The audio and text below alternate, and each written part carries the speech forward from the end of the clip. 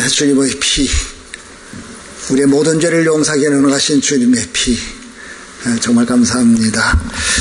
한 달 전쯤 금요일 날 밤에 제가 말씀을 전하면서 저희 내 형에 대한 말씀을 드렸었습니다. 저는 형이 하나, 누나가 하나 있습니다. 그리고 동생이 둘이 있는데 그 하나밖에 없는 누나의 남편, 참 우리 매 형이 다리 근육에 무슨 혹이 생겼습니다. 그래서 그 혹을 떼어서 검사를 했더니 한국에서는 처음으로 보는 종류의 그런 암이라 그렇게 결과가 나왔습니다.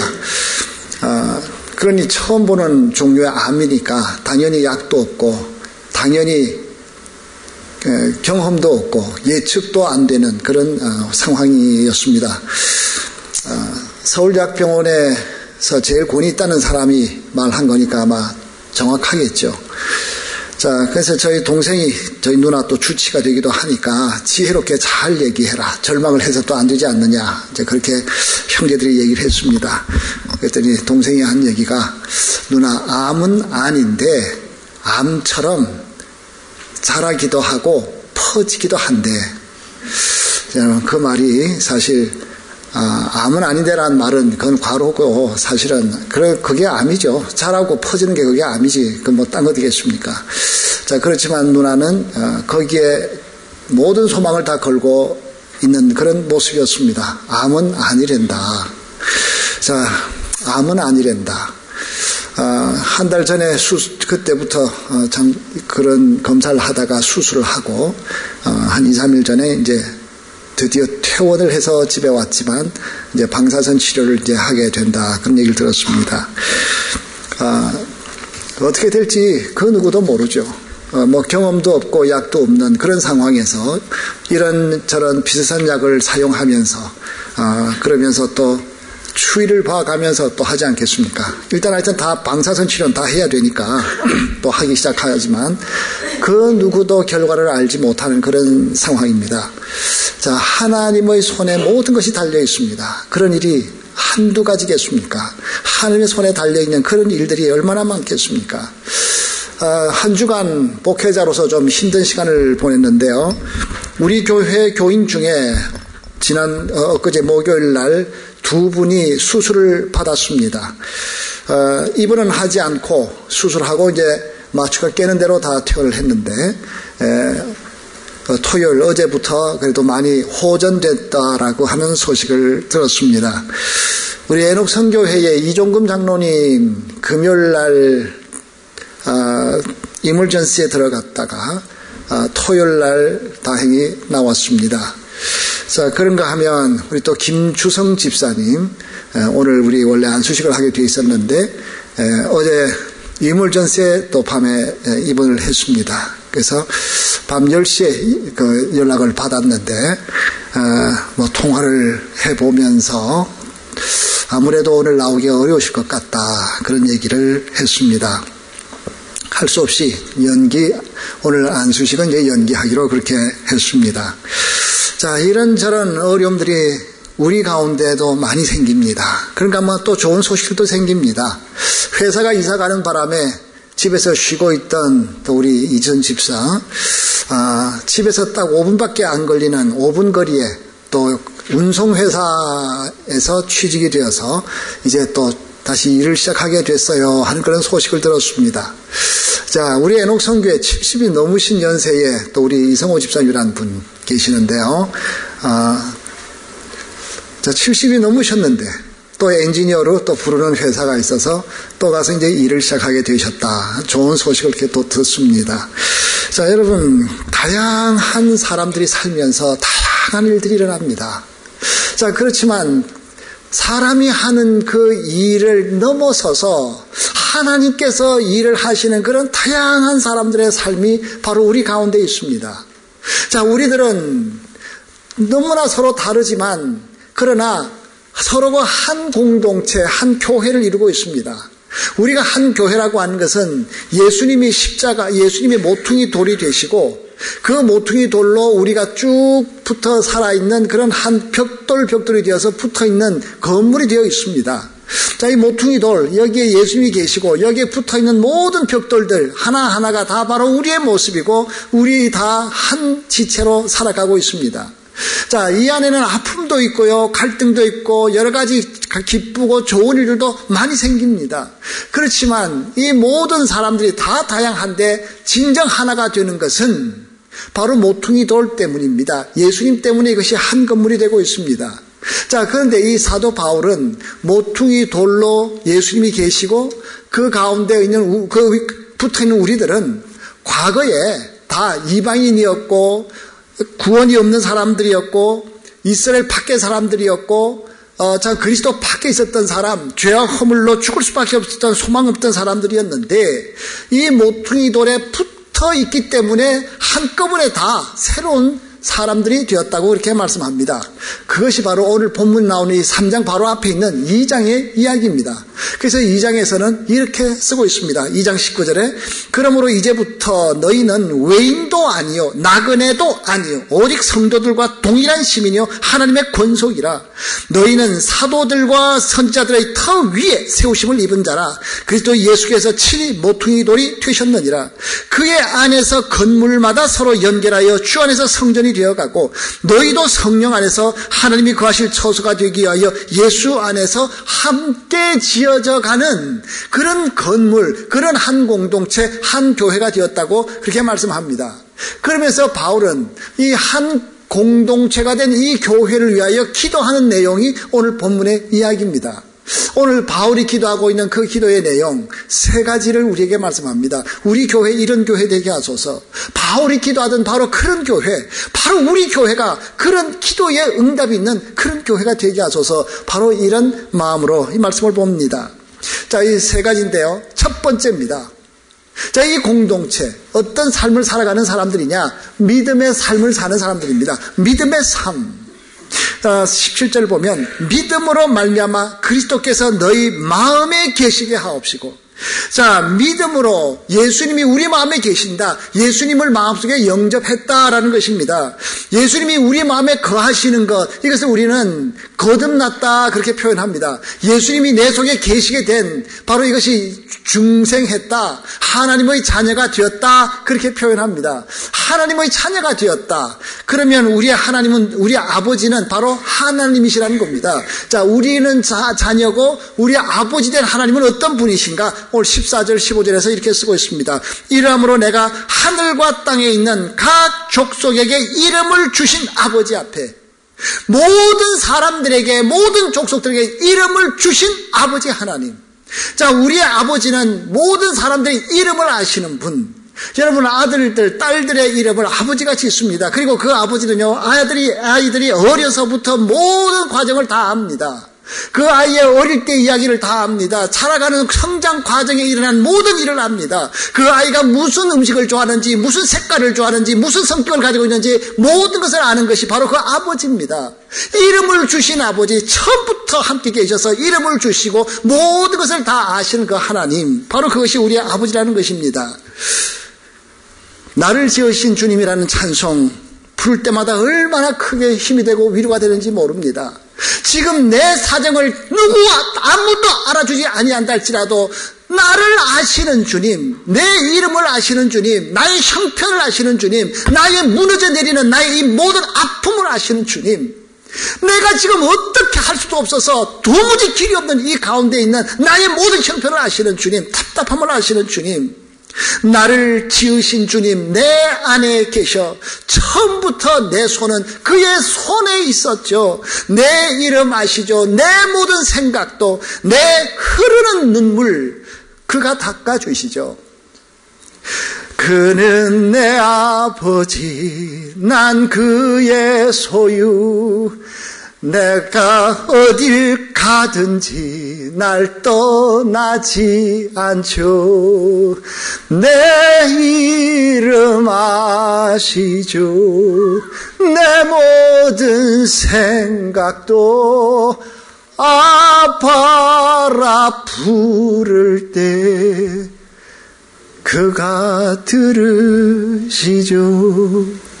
아빠라 부를 때 모든 것을 들으시는 주님, 나의 모든 형편을 아시는 주님, 바로 그것이 모든 족속의 이름을 만들어 주시면서 간섭하시고 보호하시는 바로 그 아버지, 그것이 바로 하나님이신 것을 믿는 사람들, 바로 믿음의 삶. 우리 아가페 공동체, 이곳에 있는 모든 사람들은 하나님이 나를 처음부터 아시고 나의 이름을 지으시고 모든 과정을 아시고 나아갈 모든 장래를 아시는 그 주님, 나의 모든 것을 아시는 하나님의 자녀된 삶의 믿음의 삶을 살아가시기를 축원합니다. 두 번째입니다. 사랑의 삶입니다. 자, 이 바울이 기도하면서 이들은 믿음의 삶이 있는 공동체가 되게 하소서. 두 번째는 사랑의 삶이 있는 공동체가 되게 하소서. 17절에서 이렇게 씁니다. 너희가 사랑 가운데서 뿌리가 박히고 터가 굳어져서 너희 모든 성도와 함께 지식에 넘치는 그리스도의 사랑을 알고 그 너비와 길이와 높이와 깊이가 어떠함을 깨달아 하나님의 모든 충만하신 것으로 너희에게 충만하게 하시기를 구하노라. 하나님의 자녀된 우리의 위치가 어디일까요? 식물로 따지면 사랑이라고 하는 것에다가 뿌리를 내리고 있는 것이 바로 우리의 위치입니다. 건물로 따지면 사랑이라고 하는 곳에 기초를 세우고 집을 짓는 것, 이것이 바로 우리의 위치입니다. 우리는 사랑 위에 선 사람들입니다. 사랑의 위에 아예 처음부터 자리를 잡았고 하나님의 사랑을 받아서 자녀가 된 삶을 사는 사람들은 그것에서 목표가 어디까지 가느냐? 하나님의 사랑만큼 자라가야 된다고 그렇게 기도하고 있습니다. 자, 하나님의 사랑의 너비와 사랑의 길이와 사랑의 깊이와 사랑의 높이를 깨달아 알 수 있는 그런 풍성함이 있기를 간구한다고 하고 있습니다. 여러분, 사랑의 넓이는 얼마나 큽니까? 하나님의 사랑의 넓이는요, 우리들에게 그 사랑의 넓이를 자꾸 넓혀가라 하시는데 내 식구들만 생각하는 그 사랑에서 끝나는 것이 아니라 내 교회를 사랑하는, 내 교회에 있는 그 사람들만 사랑하는 것에서 끝나는 것이 아니라 그것을 넘어서라 하십니다. 히스패닉도 사랑하고요, 우리 옆에 있는 그 백인들, 흑인들도 사랑하고요, 그보다 더한 사람들이 있지 않습니까? 이 IS 같은 사람들, 이 무슬림에 속해 있는 사람들, 중동 사람들, 또 더 심지어 나가서 우리 동족 가운데 가장 잔악하게 참 일을 하고 있는 이 북한에 있는 그런 사람들까지도 모두가 다 사랑의 대상이라고 말씀합니다. 사랑의 대상, 모든 원수된 그 사람들까지도 사랑의 대상이 넓어지도록 사랑의 넓이를 알고, 또한 사랑의 길이는 어떻습니까? 우리가 살아가는 이 땅에서 10년, 20년 사랑했으면 이만하면 사랑 많이 했죠? 우리는 그렇게 말하기가 쉽습니다. 그러나 하나님의 사랑은 그보다 더한 것을 요구합니다. 하나님, 내가 이 사람을 50년을 사랑했습니다. 이만하면 넉넉하지 않습니까? 라고 말을 할 때 하나님께서는 나는 그보다 더 많은, 더 넓은 길이를 원한다, 그렇게 말씀합니다. 사랑의 길이를 알아라. 오늘도 우리들은 이 땅에서 10년, 20년, 30년, 50년, 100년 동안 사랑하고 살아갈 때 하나님께서는 영원한 삶의 길이로서 우리에게 그 사랑의 값을, 사랑의 보상을 해주심하고 약속합니다. 사랑의 깊이는 어떻습니까? 가장 간악한 사람, 가장 악랄한 사람까지도, 죄인까지도 불러주시는 것이 바로 하나님의 사랑의 깊이입니다. 과거에 험악한 죄를 지었던 사람들, 간음죄를 지어서 모든 사람들 앞에 적나라하게 끌려와서 돌 앞에 서 있는 그런 가난한 여인, 바로 그 여인을 건져주시면서 그 깊이 빠져있는 여인을 건져 올려주시던 것이 바로 하나님의 사랑입니다. 한 여인 때문에 그 가정에 간음죄를 짓고 살인죄를 짓고 가정 파괴범이 되었던 다윗 같은 사람, 바로 그런 사람, 가장 깊은 골짜기에 있는 페르나직인 사람조차도 건져서 가장 위대한 사람으로 만들어 주시는 것이 바로 하나님의 사랑의 높이입니다. 깊은 곳에 빠져 있다고 여러분 절망하지 마십시오. 깊은 자리에 있어도 하나님은 그 자리에서 얼마든지 여러분들을 건져내십니다. 태양작 36기 졸업생들 중에서 12명이 모여서 한 조직을 만들었습니다. Brothers for Christ, 예수님을 위한 형제들. 그래서 12명이 모여서 한 조직을 만들었는데요. 36기면은 제가 28기입니다. 저보다도 8살 아래 되는 분들의 이제 모임입니다.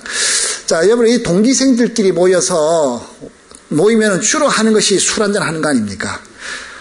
그러면서 회포 풀고 이러는데, 이 사람들은 모여가지고서 같이 찬양하고 기도하고 자기들 돈 내가지고 fully 요 12사람이서 선교사를 하나 파송을 했습니다.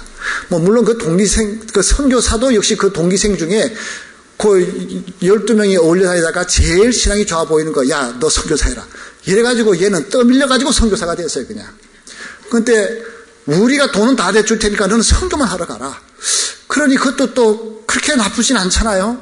뭐 자기가 후원자 구하러 굳이 돌아다니지 않아도 12명이 그냥 딱 붙어가지고 그냥 자기를 해주겠다고 하니까.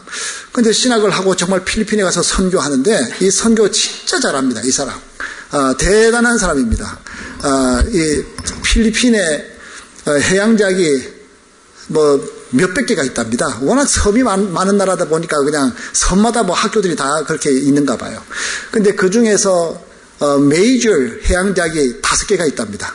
근데 그 중에 3학교를 완전히 장악을 했어요. 이 사람이 가가지고.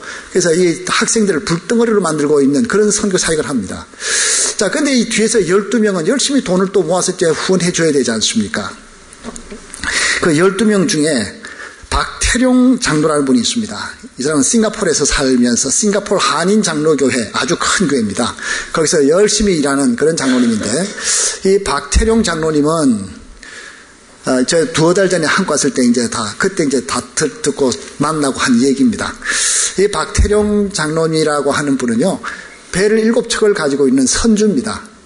그 아주 7척 배가 그냥 돌아다니면서 그냥 물건들 막 실고, 그러니까 아주 부자죠. 자, 그런데 보통 짐을 실어주고 나면 짐하고 똑같은 짐을 받았으니까 뭐 영수증을 줘야 되지 않습니까? 그래서 짐하고 똑같은 유가증권이 나갑니다. 그게 BL이라 그래요. 그 Bill of Loading이라는 게 있습니다. 자, 근데 이 BL, 이건 돈이에요. 근데 보통 이게 일을 하다 보면 원본 가지고만 일을 다 하는 게 아니고 편리상 또 통상적으로 사본 가지고 일을 한답니다. 그래서 운송회사하고 이렇게 왔다 갔다 뭐 BL 가지고, BL이 이제 사본이 왔다 갔다 하는데 중국 짐을 실어줬습니다. 근데 중국 사람이 짐을 가지고 갔더니 그 BL을 가지고 와서 우리 짐 주시오. 그러니까 이제 그 짐을 배에서 다 내려서 줬을 거 아닙니까? 그 사람 짐 다 가지고 갔어요. 그 이제 일 끝난 거죠. 근데 얼마 후에 어떤 사람이 진짜 원본 BL을 가지고 와서 내 짐 주시오. 이러고 또 찾아왔습니다. 얼마나 참 황당한 일입니까? 뭐 서로 짰는지 어쩐지 모르지만 하여튼 진짜 BL을 가지고 온 사람이 이게 진짜 권리를 가지고 있잖아요. 그 짐을 받아갈 권리가 있지 않습니까? 그래서 그 할 수 없이 이 사람에게 그 짐값을 다 물어주게 됐습니다. 그 짐값이 300억 원이랍니다. 그 배 한 척에 실린 그 물건값이 뭐 300억 원 되겠죠. 그래서 그 자기 배 7척 다 팔고 이거저거 팔아가지고 그래서 그걸 다 갚았대요. 그러고서 50불 다 갖고 나니까 딱 50불이 남더랍니다. 그래도 남는 것도 대단하죠. 그게 어떻게 남아요? 보통 없어야 모질러야 되지 않습니까? 근데 하여튼 그 300억을 다 이렇게 페이하고 50불이 남았는데, 자, 그걸 가지고 이제 이 장로님이 또 다시 시작을 하는 겁니다.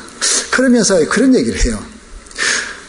과거에는 자기 손에 들어와 있는 돈은 자기 건 줄 알았답니다. 자기 손에 들어와 있는 돈, 이 300억 원, 이건 다 완전히 이건 자기 거라고 생각을 했답니다. 자기가 마음대로 할 수 있다고 생각을 했는데, 하나님, 이게 모든 것이 하나님 것이라고 하는 것을 저는 정말 뼈저리게 이번에 느꼈습니다. 그렇게 얘기를 해요.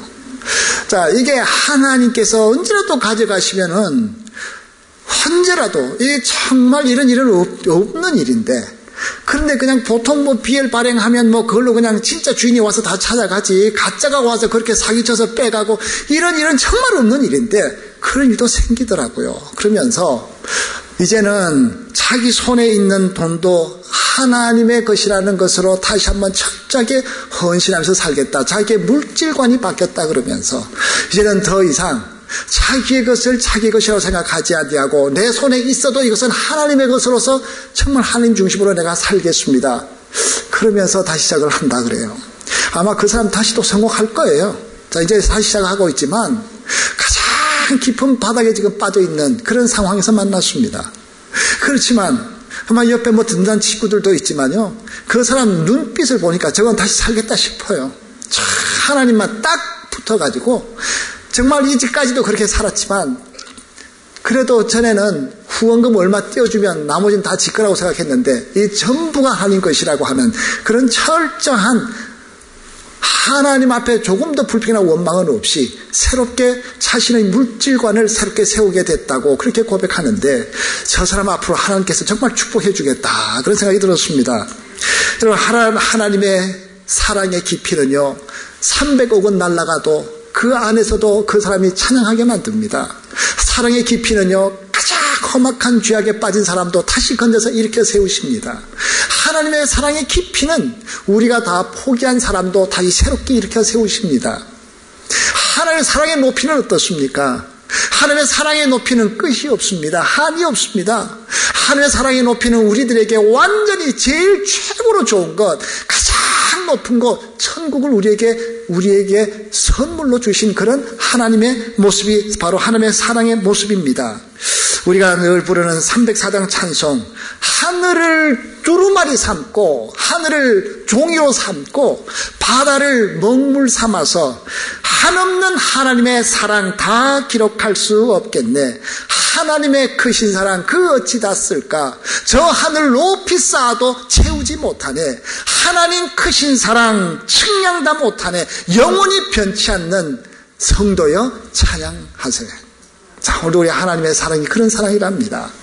바다를 먹물 삼아서 바닷물을 다 찍어서 하늘에다가 아무리 써도 저 하늘을 다 채울 수 없을 만큼 한 장을 써도 그걸 다 못 쓸 텐데 하늘을 쌓도록 다 쌓아도 쓸 수 없을 만큼 큰 것이 하나님의 사랑의 높이라고 이렇게 말씀합니다. 마지막 세 번째입니다. 이런 공동체 되게 하소서 하면서 바울이 기도한 것은 능력의 삶을 사는 공동체, 능력의 삶을 사는 성도가 되게 하소서 그렇게 기도합니다. 16절에서 그의 성령으로 말미암아 너희 속사람을 능력으로 강건하게 하시오며 너희 성령으로 말미암아입니다. 너희의 능력으로 말미암아 강건하게 한 것이 아니라 네 능력이 아니라 성령의 능력으로 너희 속사람을 능력으로 강건하게 하시오며 성령의 능력입니다. 성령님의 능력은 다이너마이트입니다. 폭발력을 가지는 그런 능력입니다. 홍해 앞 모세가 백성들과 함께 갈 때 앞을 가로막고 있는 홍해 바다가 나누어져서 육지로 만들어지는 것이 그게 바로 다이너마이트 아닙니까? 엄청난 폭발력으로 길을 만들어내시는 그런 능력. 이게 성령으로부터 나오는 능력입니다. 하나님의 능력입니다. 사람 하나가 그냥 아무 힘없이 그냥 가라앉아 있는데 굴 속에 들어가 버렸는데 우는 사자가